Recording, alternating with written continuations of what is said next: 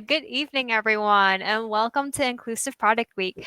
My name is Grace, and I am a volunteer with Code for San Jose, and I will be moderating today's session. We'll be taking questions at the end of this presentation, so feel free to submit your questions in the QA tab or in chat.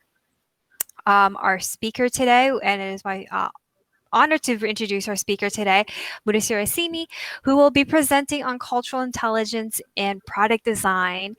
Mudassir currently works as the design system governance head at RingCentral and previously worked at Wells Fargo and led the product design effort for a design system specifically for a commercial electric office.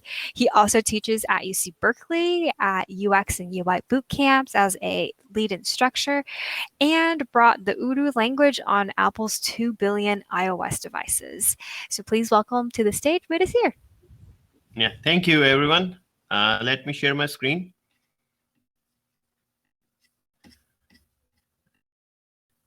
Give me a thumbs up or clue that you are seeing my slides. Great. Wonderful. Hello and good evening. And thank you for having me at your Inclusive Product Week. I'm very thankful to Grace and all the team and Diane for that opportunity. So today's topic is about cultural intelligence in the product design. I am Mudassir Azeemi, as Grace was introducing, currently working as a design system governance head at RingCentral Incorporation. So let's begin. So today, I'll give you two stories and of lessons that we can extract out of them. My only complaint right now with the Silicon Valley companies which are not demonstrating the cultural intelligence, and that's what we're gonna unpack today. So story number one, San Francisco airport or any airport. So I hail from one of the largest metropolitan city known as Karachi, Pakistan. And I came to America via H-1B visa. And after booking the cheapest ticket, imagine that first time flying right out of the college, or not, maybe like, 2-3 years of experience. Got the ticket, and I flew from Karachi to San Francisco. And when I landed at San Francisco airport, after my long haul flight from Karachi, Pakistan, imagine 28 hours of long flight, 2 layovers. One was in Bangkok, which I enjoyed. And guess what? I spent almost $40 on a pocket PC case. It was very shiny. It was very superb. So I thought, let me buy it, out of my $200 budget that I had at that time in my pocket. When I landed at San Francisco airport, I had only $150 in my pocket. Then, while walking from the jet bridge, I was completely exhausted, walking toward the immigration counter. And you had 28 hours of the flight, and then you landed at your final destination, and 5 to 10 minutes to lay down and to rest.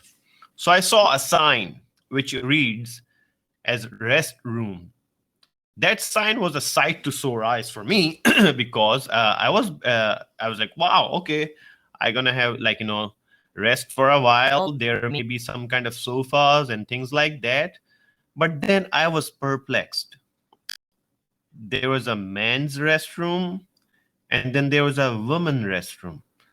I was like, I think what I have learned, the Western civilization is all about inclusiveness. Why there are segregation? For a simple thing, which is to rest. So my mind was weaving an environment again, right? So there must be some comfy sofa, reclining chairs, and what have you, some snack bars there. And I will lay for 5 minutes and going to put the alarm on my pocket PC. When I entered the restroom, I burst into the scariest laugh ever. It was a big fail for me. Why? Because airports are the international destination, especially the big cities airport, right? I'm from Pakistan, and there, toilet or lavatory or latrine is a common word because of the British English that we have learned in our schools and colleges. So, to improve those tiny nuances, at least to those touristy places that are international destination, this is my first story that we have to customize the vocabulary according to the context of our product where it exists or what type of users we are expecting there, right? About the second story, let's talk about this thing. So fast forward to 2017, when iOS 11 introduced along with iPhone 10 by Apple Incorporation. It was a big deal for me. My struggle, which begin in 2008, was a superb outcome. It has a superb outcome. The struggle was bringing Urdu language on iOS devices. Let me share the detail a little bit. Father asked me how to write Urdu language, and I was able to help him out by creating an app known as Urdu Writer. This helped my mom and all those 40 plus people around me to communicate with their relatives on Facebook, SMS, Twitter, or email, right, in Urdu language. But there was an issue which I noticed and start hearing complaints from them, from my target audiences. They complained mostly about the readability Urdu language and how it got displayed on the iOS platform. Because mostly 90% around me, the people who are using, they were using a smartphone coming from the Apple. Related to the typeface, which was used for Urdu language on iOS devices specifically, and in general, almost everywhere on digital, screen. So the Urdu was written in a digital format, in a typeface known as Nusk, which was hard to read by Urdu speaker. However, the Nusk typeface is used by Arabic speakers, used for Arabic speakers. Experiment on my iPhone at that time, and then able to craft a proof of concept by tinkering without jailbreaking my iPhone. Then back in 2014, wrote a letter to Tim Cook and explained it to him that why Urdu language should have a separate typeface, even though the Unicode derived from the Arabic Unicode. Then when they launched the iPhone 10 with the Urdu typeface Nastaliq become part and parcel of the iOS since then. And now it is a default typeface for the Urdu language. If you go into the into the settings, set up the region, that hey, this is my preferred region or preferred language that should be displayed for Urdu, then there is always a Nastaliq. The question here is why it took so long to understand this readability issue, even though, and all of us know about it, that Apple is always about the user experience.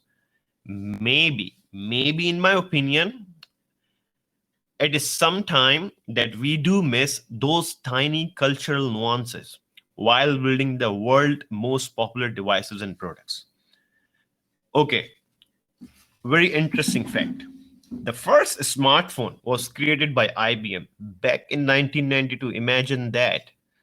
It was known as Simon Personal Computer.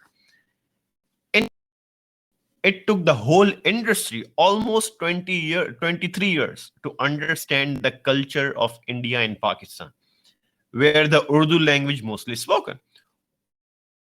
300 people, 300 million people speaks Urdu language. That. What we should learn, all right, out of those two stories, and how we can build the cultural intelligence or culture quotient, right? Just like we have IQ, EQ, so there's third CQ that we have to integrate into our product. We are not aware of our biases. Our product will abuse someone else's culture unintentionally. Being mindful will help us understand those nuances, which we ignore because we think it is common across the world. So, let's go with it. For example, another fun fact. the thumbs up and thumbs down emojis. In some culture, thumbs up emoji is considered a rude gesture. Who thought about it, right? In Slovakia, China, East Asia, Malaysia, Singapore, the Philippines, and many other parts of the world, even in Pakistan. Create the culture brown bag lunch, which means invite your friends from work who are from the different culture or different part of the world and share the meal with them and learn about their culture. Obviously, these days is always about the virtual stuff because of the pandemic. Then why don't you invite one or two friends of yours who are from the different part of the culture, get together. If you get a chance, one more idea that that helped me to build my culture quotient is to attend the different culture events in your neighborhood, and it will help you to learn all those hidden nuances. Then we have a term loosely thrown into the mix of product development is localization. From technical aspect, require a modification to the user's visible components of software, or the user interfaces, images, documentation from language aspect, mostly from the language aspect. All right, let's we can work with a content person and we can translate this document, and then we can have some code, and it will, like, if somebody's loading the application, or in the Germany, we can show the German words, German language, going to be displayed. It's going to be default. That's however, as Walter's article on UX Matter, this person says, want to work in familiar language and that build and sell enterprise products to customers from different culture and in different locales must support these expectations. It's interesting, thought. And as a UX designer, we just don't need to focus on the language translation, but also bring those nuances. So why can't we disable the thumbs up emoji when somebody is using application in China, right? Think of it that way. So that's it. This is all I have to say about the culture. How to build the cultural quotient or cultural intelligence in your product design. If you have any questions, thoughts, or feedback, you are welcome. And you can connect with me on LinkedIn or Twitter. And thank you so much, Inclusive Product Design, Code of San Jose, especially Grace and Diane, for working with me. Thank you so much for that insightful presentation, Mudassir. Now we're going to leave some time to answer some questions. So go ahead and submit any questions in the Q&A tab or in chat. I know that was really insightful, and I think that any people who have traveled internationally or of international descent can definitely relate to your airport story in terms of just the nuances of the language is so funny. I think America especially has a lot of different terminologies that the world outside of the US has kind of standardized, but we have not caught on. And so I think that Exactly. is really interesting and something that I think the American culture also, in terms of, like you mentioned, like emojis wise, can also learn from a international perspective. A lot of times we are very closed off in terms of our own culture and don't recognize that some things might be offensive, like the thumbs up, which is so positive in our culture, can be offensive to others. I know that especially in some Asian cultures, even across like different countries, like red, for instance, is good luck, or also it means like death. So it's a Exactly. yeah, it's so interesting to hear all of these different perspectives. So thank you so much for that. Yeah, sure thing. Yeah, well, go ahead and give everyone a little bit time to put any questions or comments. Dylan says, what about hiring more diversely? One thing that I see a lot on job applications is a lack of boot camps or extension programs as a drop down for education, which could be attributed to the fact that people working there don't take that path. Do you have any comments on that? Yeah, of course, diversity based hiring is, what's happening these days in America, right? So they start having the department now, diversity and inclusion and things like that, because obviously if it goes to multiple, culture, I won't be able to build the product for everyone. For example, let me give you a story of a Pakistani startup hailed from the Middle East, right? From UAE, Kareem, kind of like Uber, and then Uber bought them actually. I was reading their reviews. Guess what? When we get off from our Uber ride, we stars, right?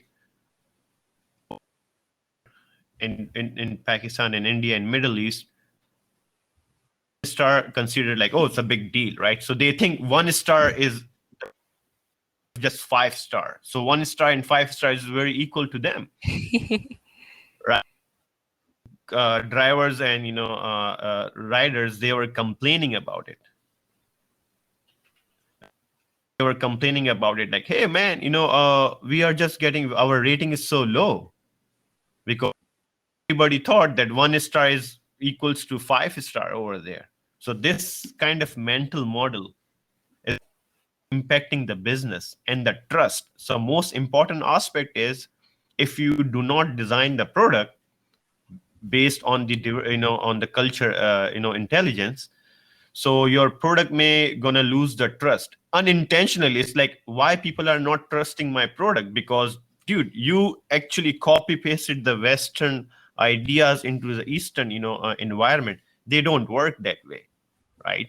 So that's, yeah, you're right, Delon, that the cultural, the diversity, more diversity hiring can help us to build the product which can be loved by many, because diversity, hiring means bringing more diverse ideas which can help us, build the product which people can trust. Definitely. And just going off of that application example that you give, it's, also important to include people in that initial process of creating the app.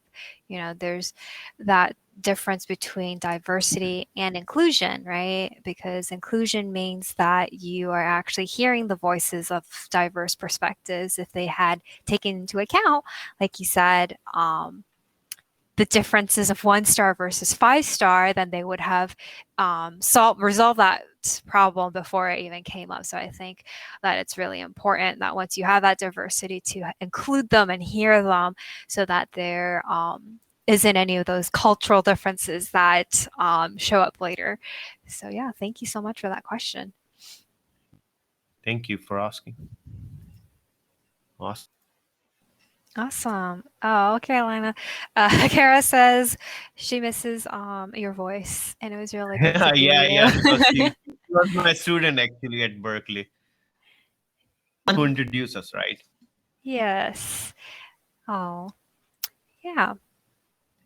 Thank you. Does anyone else have any discussion questions or comments before we sign off for the night? Again, I shared this earlier in the beginning. If we want to continue this discussion, please join our Slack channel. I've linked it in chat. And yeah, other than that, again, thank you so much again, Mudassir, for No, answering the questions and having this really insightful and eye-opening discussion with us. And it was such a great presentation, and it was such an honor to have you here with us. And I look forward to working with you even further with Code for San sure Jose. thing. Oh, Yeah. thank you, Grace. Awesome. So this concludes our session, everyone. Thank you so much for attending. And I hope you all have learned something new from this presentation. And again, we can continue our conversation in the Slack channel. Have a wonderful night. We will see you later. See ya. Bye. Bye.